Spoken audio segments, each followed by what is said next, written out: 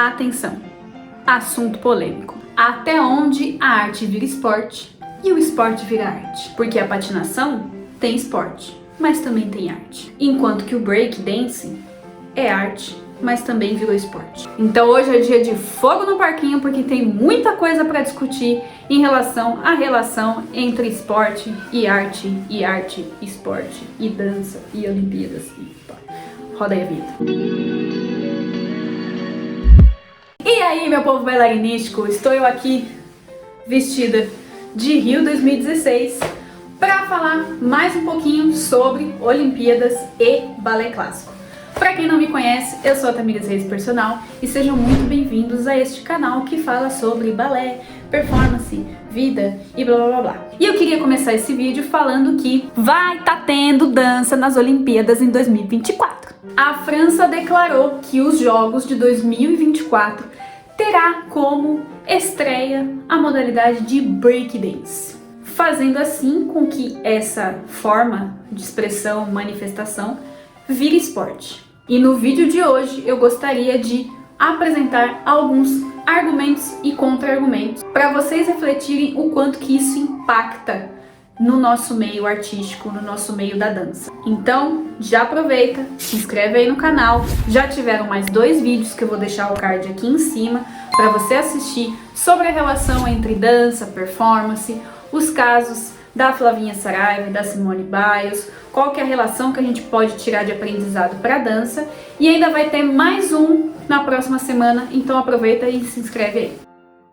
Então vamos começar do começo. Para você entrar como modalidade olímpica, você precisa respeitar critérios que o Comitê Olímpico Internacional direciona, que são os seguintes: ser atrativo para os meios de comunicação, precisa ser popular de alguma forma, precisa ter igualdade de gênero, times femininos e times masculinos, precisa ser regido por uma federação nacional ou internacional, ou seja, precisa ter um grupo que coloque regras para que fique padronizado dentro do seu próprio país, para que essas regras sejam equalizadas com os demais países. Deve ser praticado pela maior parte do planeta, precisa respeitar a Carta Olímpica, escrita pelo Comitê Olímpico Internacional, e deve seguir as regras mundiais sobre antidoping. Então é óbvio, né, que quando você olha esse tipo de critério, você já vê que o balé, especificamente, não conseguiria se enquadrar dentro de uma modalidade olímpica. Até porque, se a gente não tem nem critério, às vezes, de avaliação dentro de um festival, imagina dentro de uma confederação nacional. Well.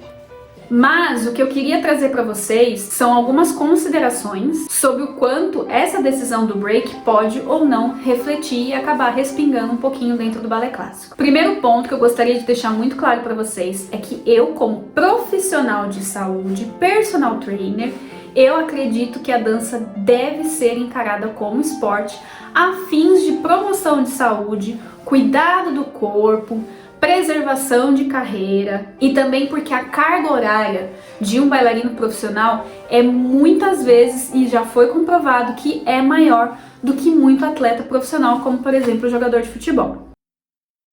Então, nesse aspecto, pensando em saúde, pensando em cuidado de corpo, eu acredito que a dança precisa ser encarada como esporte. Além de que eu também acredito muito fortemente que a gente consegue pegar algumas coisas do esporte e transformar dentro da dança para que ela fique mais leve, para que ela fique mais proveitosa e que a gente consiga sim fazer ela com mais arte e mais expressividade, que é o que a gente tanto defende. Mas o que eu senti através de algumas discussões é que o bailarino ele fica muito receoso em relação a que a competição acabe ofuscando o lado artístico da dança. Porque se a gente estabelecer como esporte, a gente precisaria colocar regras que faria com que ela ficasse em caráter competitivo, mais competitivo e menos artístico. Só que assim, primeiro ponto que a gente deve pensar, o que os festivais de dança fazem?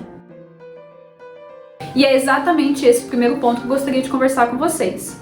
O bailarino tem medo da dança virar competitiva, mas já existe muita competitividade tóxica dentro da dança. Só que ainda assim existem 2 formas de observar isso. Porque dentro de uma companhia de dança existe um nível de competitividade, mas a companhia de dança ela funciona como uma empresa. Então o diretor da companhia vai contratar aquele bailarino que é o que ele acha que é ideal e ele vai ser encarado como uma empresa tendo que cumprir exigências ou não. Enquanto que os festivais de dança, que é a outra vertente que é mais para o balé amador, para a formação, eles visam as bolsas, eles visam os prêmios com regulamentos que são idealizados pelo próprio festival, dificultando um pouco do processo de avaliação e também de interpretação das questões apontadas dentro da avaliação em si. Então dizer que o esporte estimularia a competitividade não é errado, mas também não quer dizer que seja muito ruim, porque na verdade já existe competitividade suficiente, porque o sistema em si dos festivais e competições ele já não é tão consistente e ele é alimentado dessa forma já tem muito tempo. E observem que os campeonatos das outras modalidades esportivas existe uma competição, mas não é aquele aspecto de guerra. Você não vê lá no time de futebol o outro time entrando no vestiário do outro e colocando taxinha na chuteira. Outro ponto que eu gostaria de levantar com vocês, que foi apresentado como um argumento, é que você estimular a dança a virar esporte, isso provocaria uma profissionalização precoce. Só que também a gente tem duas vertentes. Quando você coloca num festival o bailarino profissional pode ter 14, 16 anos, isso já é uma forma de profissionalização precoce. Então não é o esporte que vai fazer isso, porque a dança já acaba fazendo naturalmente. A diferença é que o bailarino com menos de 18 anos ele não tem o DRT, mas muitos já competem como profissional, sim senhor. E o esporte, ele trata isso de uma maneira muito diferente, porque como eu disse no vídeo anterior, existe uma equipe multidisciplinar, existe uma comissão técnica, existe um cuidado, um suporte e um amparo para aquela criança em questão, para que ela não sofra os danos dessa profissionalização precoce, com questão de volume de treino, com questão de horas trabalhadas e etc. Então quando a gente pega o caso, por exemplo, da Flavinha, que ela conseguiu tomar a decisão de não competir, aquilo foi a comissão técnica agindo e mostrando para ela o nível de maturidade que ela precisa ter diante da competição em questão. Isso é muito bom, porque daqui a um tempo ela vai perceber que essa foi a melhor decisão que ela teve, porque ela vai conseguir competir por muito mais anos, que era o que o bailarino devia fazer. Outro ponto que acho que é um dos mais fortes, é um dos que o bailarino mais comenta e mais fica enlouquecido, é a perda da característica artística dentro do esporte. Só que isso é um pouco relativo, porque quando a gente pega a ginástica, a patinação, o nado sincronizado e até mesmo o skate, eles, dentro dos seus regimentos, eles têm critérios de avaliação para expressão artística. Então eu até cheguei a ouvir da própria Daiane dos Santos comentando os jogos, ah, beleza, a russa foi muito boa, mas ela não teve expressão nenhuma. Então isso é uma forma de trazer a característica artística ainda assim dentro do esporte. E se a ginasta não ouve a música, não entrega energia e não transmite a mensagem, ela acaba perdendo ponto sim, assim como é dentro de um festival de dança. Então isso é um pouco relativo, porque a gente precisa entender que a forma como a gente observa o caráter artístico é de um jeito, mas os ginastas eles também entendem qual que é o critério artístico, ainda assim colocando dentro de um nível competitivo. Até porque a dança ela é extremamente versátil. A gente consegue expressar ela com música, com fala, com teatro e também por hobby. Então se as pessoas quiserem simplesmente praticar dança por vontade de praticar, que é o que às vezes a gente vê muito aí, principalmente no balé adulto, a pessoa tem liberdade para fazer aquilo. Se ela quiser fazer a caráter competitivo, ela faz a caráter competitivo. Se ela quiser dançar em companhias que tenham mais o viés artístico, como por exemplo as companhias que falam muito sobre dança-teatro, a pessoa tem a opção de escolher aquilo que faz mais sentido para ela. E a partir do momento que você coloca uma modalidade em evidência dentro de um jogo olímpico, você faz com que as pessoas que são mais leigas acabem indo atrás desse tipo de manifestação. Então, de alguma forma, é um jeito de gerar visibilidade e fazer com que as pessoas saibam realmente como que é o trabalho, mesmo sendo caráter competitivo. Então, se você, por exemplo, pegar o próprio exemplo do skate, que você tem lá, o skate ele nasceu como um estilo de vida e ele foi muito marginalizado. Ele criou as suas competições, entrou dentro dos regimentos lá pelo Comitê Olímpico Internacional e virou uma modalidade olímpica. Hoje, se você vê, as crianças vão crescer com a imagem da Raíssa Leal andando de skate, super se divertindo, e aí as pessoas que quiserem andar de skate, elas podem ir pro lado competitivo, mas elas também podem ir pro lado recreacional, sem problema nenhum, porque as pessoas vão entender que é um tipo de manifestação corporal e artística. Então eu gostaria de referenciar um comentário que eu recebi lá no meu Instagram, tá aqui o @tamiresreis.personal, que foi um comentário que me fez refletir muito sobre o impacto que é você colocar uma modalidade de dança dentro do ambiente esportivo e como que isso pode reverberar pelos próximos anos. É o comentário do Felipe, ele é profissional de educação física, arte educador e ele é ator. E ele falou o seguinte: os fenômenos culturais, esporte e arte, são realizados por humanos.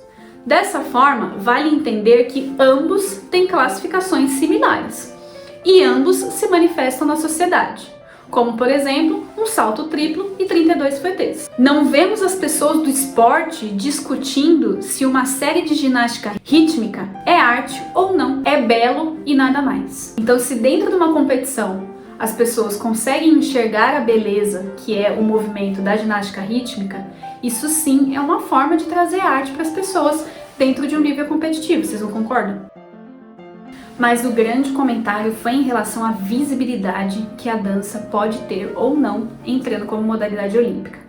Alguns comentaram que o fato da dança virar um esporte vai fazer com que realmente descaracterize e as pessoas enxerguem aquilo só como esporte, só como competição. Mas outros também disseram que o fato da dança entrar no âmbito esportivo vai fazer com que a dança em si seja enxergada de uma maneira mais profissional, que deixe um pouquinho de lado aquela coisa lúdica, aquela coisa de só as crianças ricas e snobs fazem, ou só a minha filha de 3 anos vai fazer, e vai encarar realmente como uma profissão, como uma empresa. E aí eu queria trazer um outro comentário extremamente interessante que a Ana fez lá no Instagram também, que elucida esse tipo de pensamento. Ela disse assim: fico pensando até onde essa onda de negar este espaço ao balé não é retórica conservadora para manter ele restrito para um público específico. É a questão do elitismo dentro da dança. Será que se realmente a gente negar que a dança pode ser vista como esporte, o aspecto elitista ele vai ser democratizado demais e aí vai perder aquele caráter de exclusividade que as pessoas têm? Aquele aspecto de que só as pessoas muito cultas podem curtir e reverenciar a dança? A gente sabe que hoje em dia isso é muito difícil acontecer. Só que se a gente for parar para pensar que para entrar no Teatro Municipal de São Paulo, por exemplo, para ficar na plateia, você precisa desembolsar muito mais de R$100. Então, quando você populariza uma prática, você faz com que ela seja mais acessada e o poder aquisitivo dela acaba diminuindo um pouquinho mais também. E isso vai acabar refletindo de outras formas, como por exemplo dentro do próprio material. Se você tem mais pessoas procurando uma sapatilha de ponta, por exemplo, isso vai fazer com que as empresas se forcem a ampliar, gerando tecnologia, gerando emprego, para que aquilo fique mais acessível e a produção seja mais efetiva para o público que realmente procura. Então esse comentário da Ana foi muito interessante, porque ele acaba fazendo com que o ego do bailarino elitista seja um pouquinho ferido. E eu sei que isso é um assunto muito delicado, porque mexer no ego das pessoas é muito complexo. E quando a gente fala de elite, quando a gente fala de poder aquisitivo, isso gera um negocinho no coração, mas a gente não pode deixar de esquecer que isso ainda acontece dentro da dança. Quando a gente vê, por exemplo, os projetos sociais morrendo porque não tem verba, que é o caso da minha própria escola. Eu fui formada por uma ONG e que por conta de falta de verba acabou tendo que fechar, e aí a cidade de Diadema não tem mais nenhuma ONG que faça esse trabalho de formação no balé clássico. Então a cidade de Diadema tem perdido muito por conta disso, porque hoje ela não consegue formar bailarinos clássicos. I'm gonna kill myself! Mas tem assunto, né? Isso aí dá discussão, gente, de anos.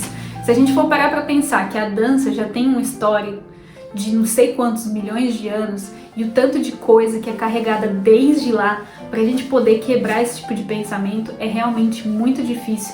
Mas se a gente não coloca em questão, a gente não consegue gerar discussões, e gerando discussões a gente acaba trazendo novas soluções que fazem com que a dança seja aprimorada e que ela seja melhor preservada e valorizada. Então, depois de toda essa resenha, comenta aí embaixo o que você acha, se você concorda, se você discorda. Não tem certo ou errado, existem pontos de vista diferentes que a gente precisa discutir, mas a gente precisa discutir, então comenta aí, curte esse vídeo, compartilha com o seu professor de balé, com os seus amigos, e não se esquece de assistir aqui, ó, os outros vídeos da série, porque tem muito conteúdo legal. Então é isso, pessoal. Espero que vocês tenham curtido e até o próximo vídeo.